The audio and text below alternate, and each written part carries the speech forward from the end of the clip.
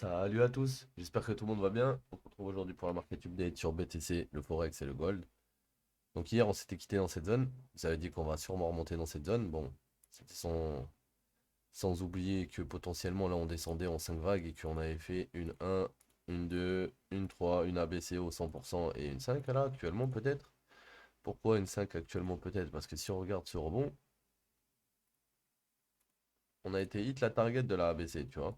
On n'a pas été jusqu'au 100%, mais on a touché 61,8, donc c'est valide. Donc la ABC, c'est la 4. Et une fois qu'on aura fait ces 4, je pense qu'on est bon pour retracer au moins ce niveau. Ce mouvement, pardon. Donc au moins revenir à 29 826, ça serait pas mal. Ok? Maintenant, si jamais ça vient à dip encore un peu plus bas, la 5 est peut-être pas finie. Genre on a peut-être une 1, une 2, une 3, une 4. Et là on serait dans la fin de la 5 de la 5. Dans tous les cas, pour moi, la fin de vague, elle arrive. Si jamais on devrait descendre encore un peu plus bas, bah, je pense que ça serait pour aller taper le NPOC. Maintenant qu'on est proche comme ça là.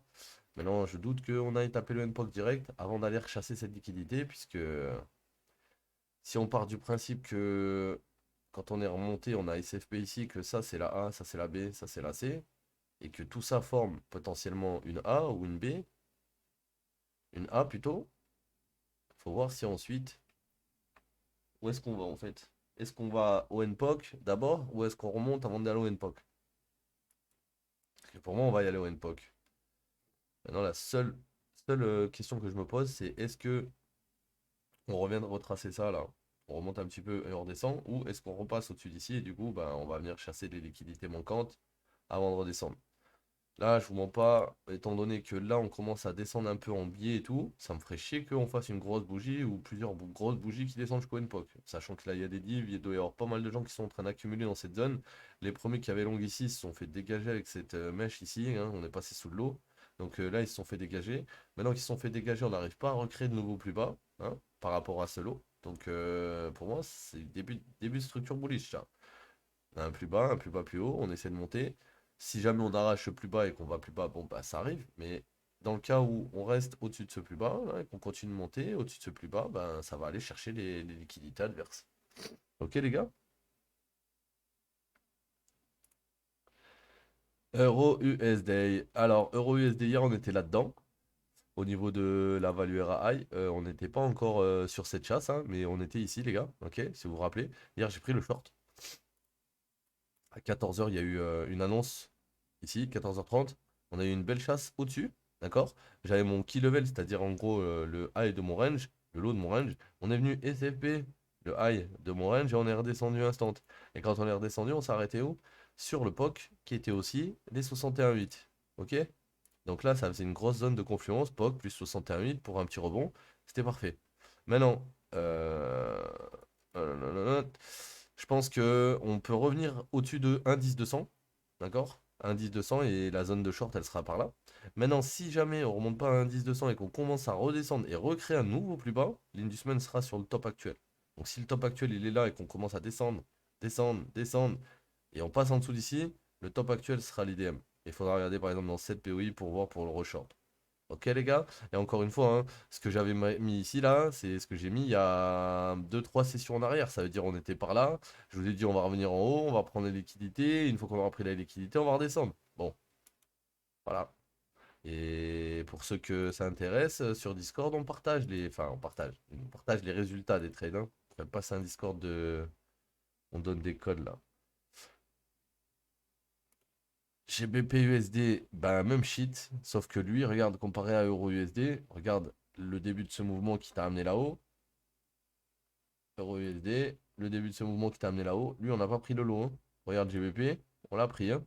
On l'a pris, on l'a pris. Donc pour moi, le GBP là, il est plus bullish que l'euro. Pourquoi? Parce que il a déjà fait sa chasse, puis le retracement qui a pris la liquidité interne. Donc potentiellement, il y a peut-être des liquidités encore à chasser ici. C'est même pas sûr, d'accord? C'est même pas sûr. Parce que là, au vu de ce qu'il a fait, il a chassé ça. Là, il devrait retester à peu près 950 et repartir plus haut. Maintenant, à voir, à voir, à voir. Je suis pas trop fan de long quand les marchés sont comme ça, hein, vraiment pas. Ce que j'aimerais plus, c'est qu'on revienne potentiellement dans le haut de la leg précédente, donc celle de gauche là. Comme ça, on remonte. Et dès qu'on arrive vers le haut, ça cale et hop, là on short. Comme ça, au moins, on serait en zone prime pour short. Ok? Et vu que là, bah, on est toujours sous la value à l'eau, je pense, réintégration de value à l'eau, on pourrait aller sur la value à high. D'accord, les gars? On va finir avec le gold. Le gold qui, voilà, hein, hier on a fait une A, B, C, elle est montée au 268 pour aller chercher le petit gap qui manquait ici. Ensuite, elle est venue boss, comme d'hab. Donc là, qu'est-ce qu'on a? On a une première liquidité ici, c'est ton IDM, on est venu le prendre, on a eu un retracement qui n'a pas recréé de nouveau plus bas, du coup on a continué plus haut. Du coup, la prochaine zone où c'est que je dois l'attendre, c'est celle-ci. Au-dessus de la dernière liquidité. Première liquidité, hop, au-dessus.